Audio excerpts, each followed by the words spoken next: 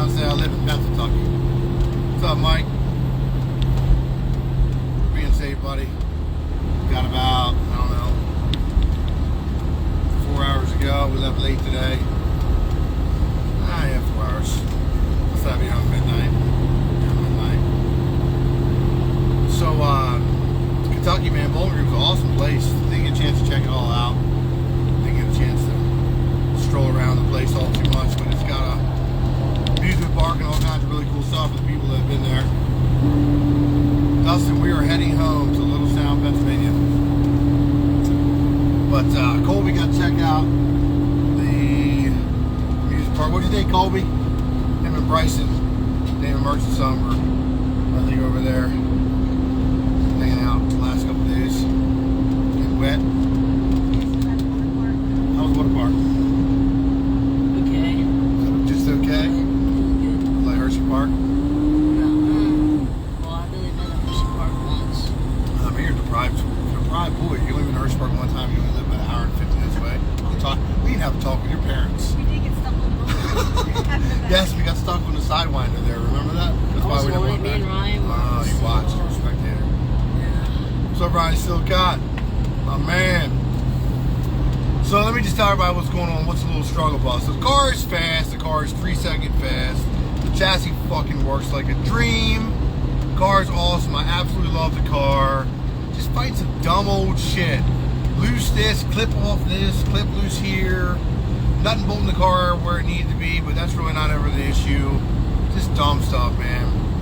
Some dumb wiring stuff that, you know, could have been avoided. Shit that nobody would have knew. Just stuff that happened that we're catching along the way from disassembly and reassemble that we may not miss, may not put together properly, being brand new. Dumb shit, man. So, cost us a couple rounds yesterday in the afternoon. We won 2, lost 2. Down 2 cylinders, 1 run. Down 1 cylinder against B-Rad on the next. Car went awful slow. It went faster than the OG Relic, but it was still fast, but just slow. So, what's up, Frank Gott? But, hopefully we got through all that. We fixed all that last night. We actually replaced the coil last night, thinking it was a cool problem. It ended up being a mil-spec connector pin was pushed in. I think we might have pushed it in when we put the motor back in, possibly. I'm not even sure. And it kind of just dangling and connected by a hair. So that was our problem yesterday. Friday, we actually had a contender, but I overshot the tune-up with Greg. We just got after too much for the surface that was there, around 200 foot, and we got the shitty lane. They were like 4th pair down, something like that in the left lane. Left lanes just wasn't as good, and we put more gear in it over at Brandon Morgs, went up more ratio, and fixed the transmission. Dave over Performance Trans fixed tranny. We had about 13% slip because the front drum clutches were wiped out there against Randy Williams in the semifinals, Outlaw Big Tire last weekend at Brainerd. So that killed about 7.5 mile an hour on that pass. So we got that back figured out, but when I was stepping on the neck of that tune-up, I obviously didn't really back off on it this weekend and kind of kept it in there, afraid I was going to leave something on the table. So, spun. I didn't actually have my Davis traction control active either because I was having a little bit of a struggle with getting that to arm and disarm based on my trans brake, I think. And I had an aux cord plugged in. Some weird shit was going on. Shannon came over and helped us out. I had an auxiliary cord plugged in my profiler, which he's told me before in the past, do not do. So any of you guys that have a profiler, don't plug your auxiliary cord in and let it dangle, because it can ground out and touch shit and do some weird stuff. But all in all, our trans brake button is run through a smart wire, which we had all the Holly crew, Doug, the engineer, Sparky, Joe, Pango, all those cool dudes from Holly came over, and Shannon, and we were trying to figure it out. So I think we got a handle on what I got to have Ocu Restoration do with the wiring. No fault of theirs.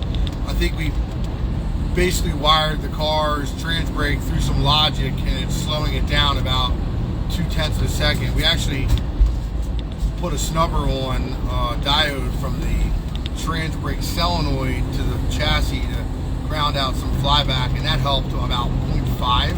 So now we're about 0.15 tenths, not hundreds. Hundreds would be acceptable.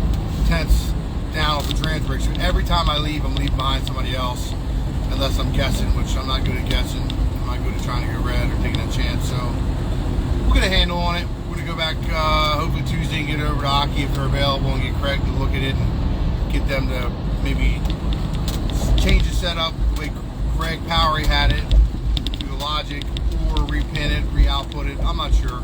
We'll get a handle on it, but it's been the last 4 weeks struggling with that, and I can't take it anymore. I got to be able to leave with everybody else. I can't leave 2 numbers on the tree before the race even starts, so we're going to figure that out.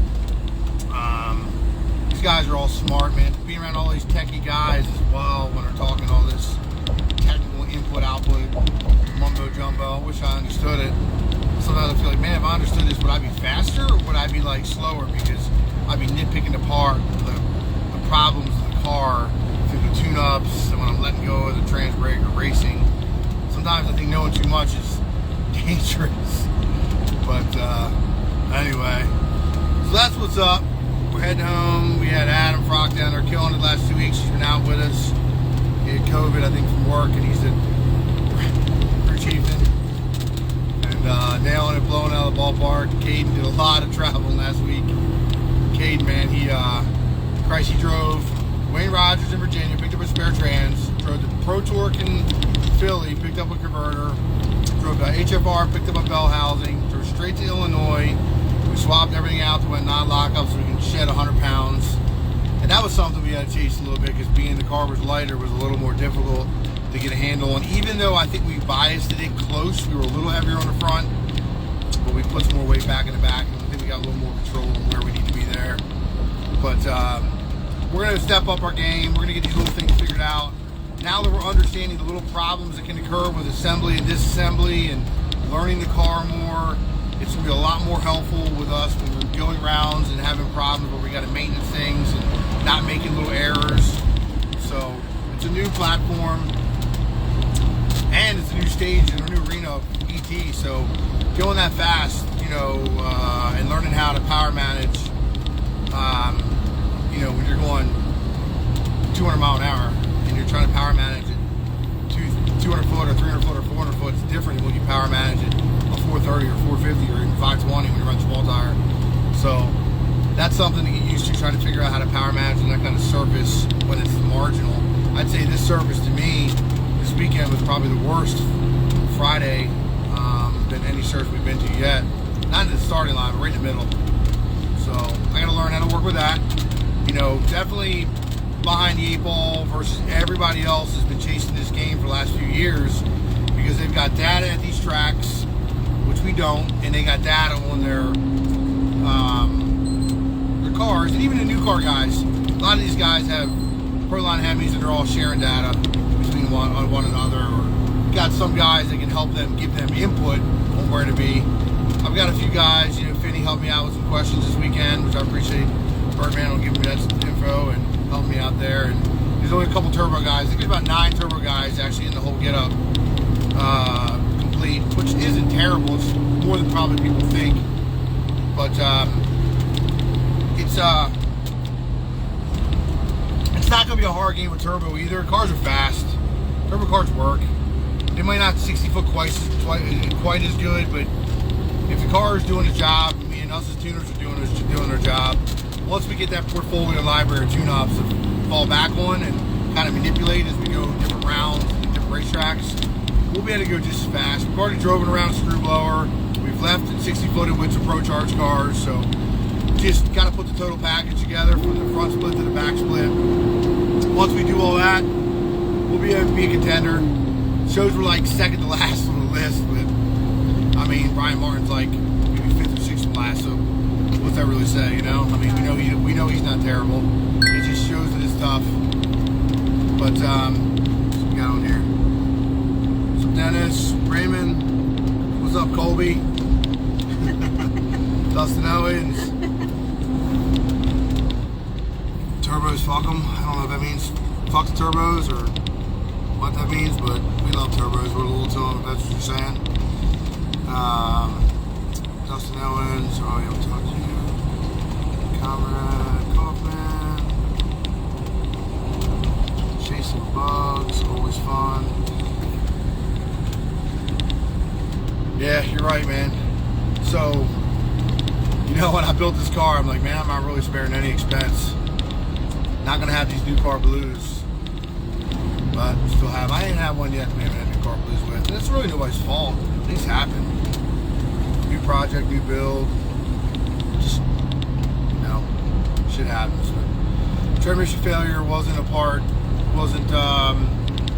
something I expected, but I had to deal with. You know, Dave actually helped us out. We had Dave's parts in the transmission, and he builds his own stuff, his own dumps and internal and external dumps, which are really pretty wild. So if you guys haven't actually ever had those, Performance Trans in Illinois, Woodstock, Illinois. He's got the badass dumps. He builds a lot of these guys. He builds Birdman's trannies. He used to do Giuseppe's, B-Rads. He does a lot of guys out there. He used to work with Kai, I think, sometime before. A bunch of other guys, but he builds a lot of guys, a lot of these guys in this arena.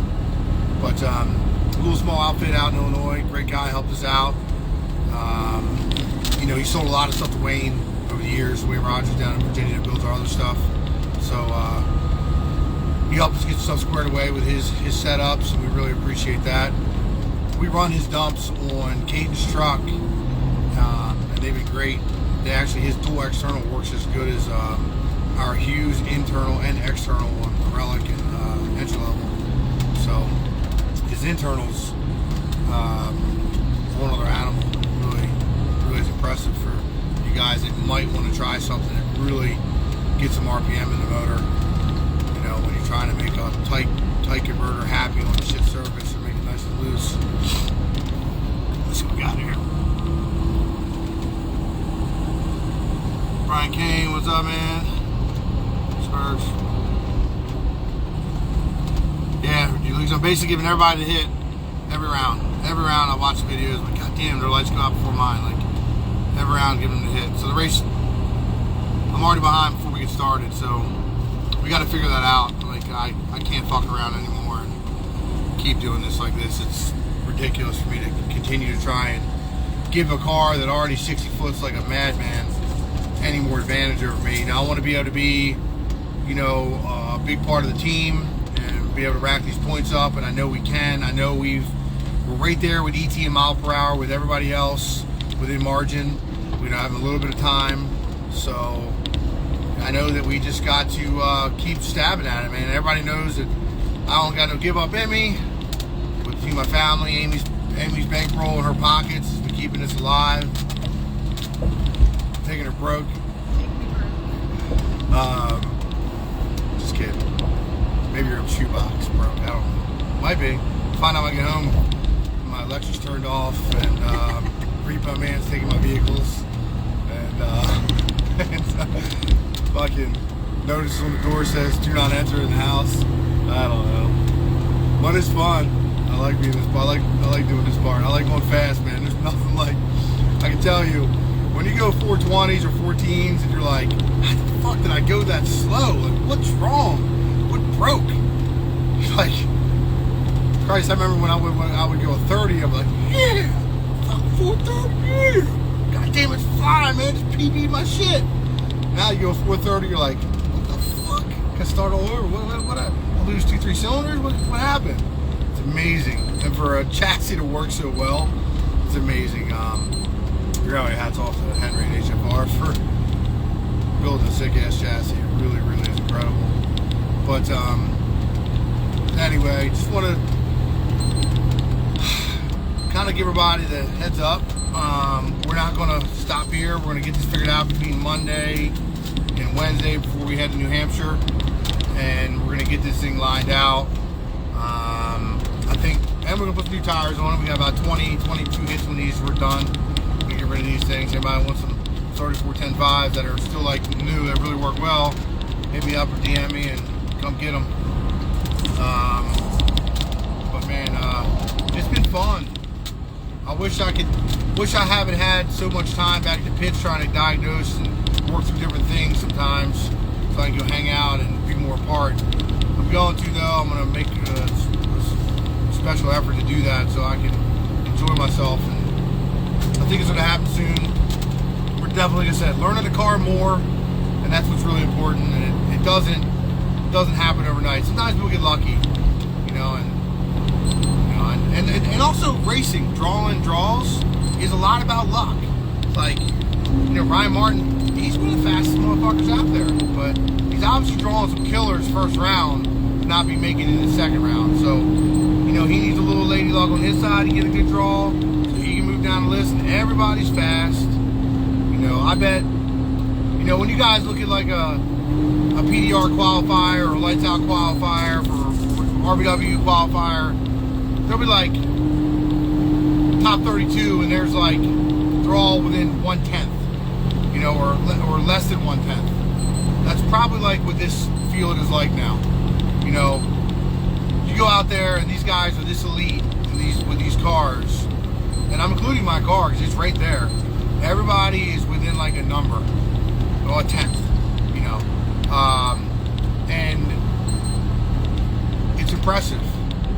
It's impressive to be able to do that. And you know what's even more impressive is to be able to go out here 9 times out of 10 and hang the tongue out these motherfuckers, and they work with these big tires. So I love a big tire, man. I know small tire racing's the thing of the world because it's easy to build a $15,000 small tire race car and go racing. It's not easy to go spend $400,000 to build a competitive big tire car unless you can buy somebody's old junk. So it's not. I get it. That's why small tire racing is so popular. You can take a Fairmont, you can take a Cavalier, Ford Fiesta. It don't matter. You can put a 2810.5 just about on anything. Put an LS in the motherfucker and have yourself a drag car. You don't even need a roll cage. So the big tire life though is fast. It's fun. I love small tire racing too. Don't get me wrong. We're good at it, but man, I love going fast. Ain't nothing like 3+ G's.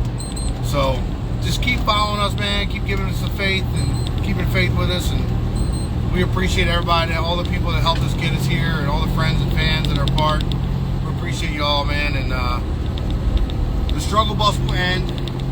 You know, it took 4 or 5 months to get the truck lined out last year as we got it. Caden went to a couple finals, lost a couple times due to some dumb stuff. So once we got that thing lined out, it worked great.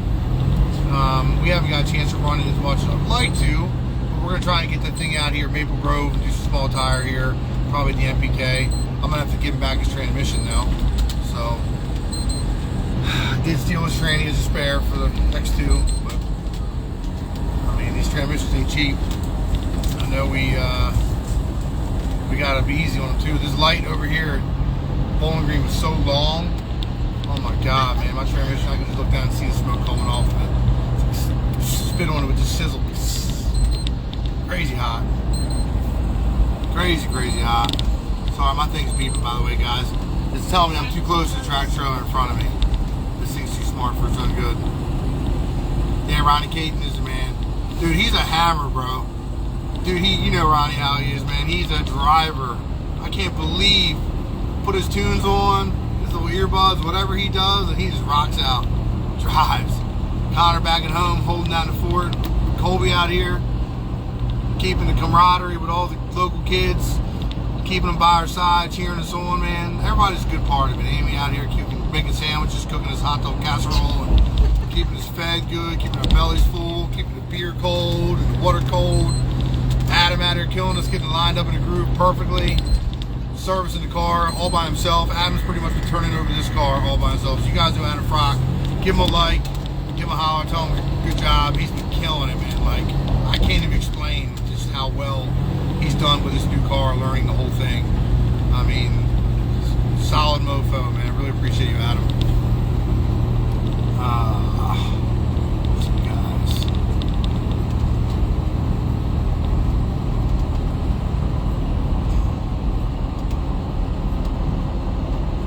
Maple Grove's your hometown, Lucas? Yeah, I like Maple Grove.